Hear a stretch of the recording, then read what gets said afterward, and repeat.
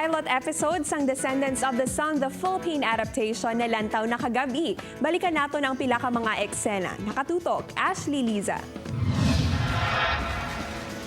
Sa pinakauna nga episode sang Descendants of the Sun, the Philippine Adaptation, ginpakita ang Filipino twist sang serye sa diin ginsalbar ni Big Boss ang iamay sa katalagman. Sa pilot episode pa lang, ginpakita na ang mga mainit ka action scenes. Sabay-sabay tayo, para sigurado! Kagabi man sa nagkitaay ang karakter ng Big Boss kag Doc Maxine.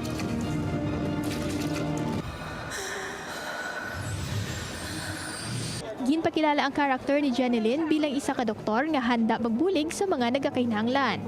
Magluwas sa aksyon, ginpakita man sa pilot scene ang mga masadya nga eksena kaangay na lang sang una nga pagkita sang karakter ni Ding Dong kag Jeneline. Sorry. Bastos ka! Sorry. Manyak! Sorry. Bastos ka! Madamo pa sang kilig kag mga aksyon nga eksena, gani liwat nga tutukan ang Descendants of the Sun, the Philippine Adaptation, karon sa gabi pagkatapos sang Anak ni Waray versus Anak ni Biday sa GMA Talibabad.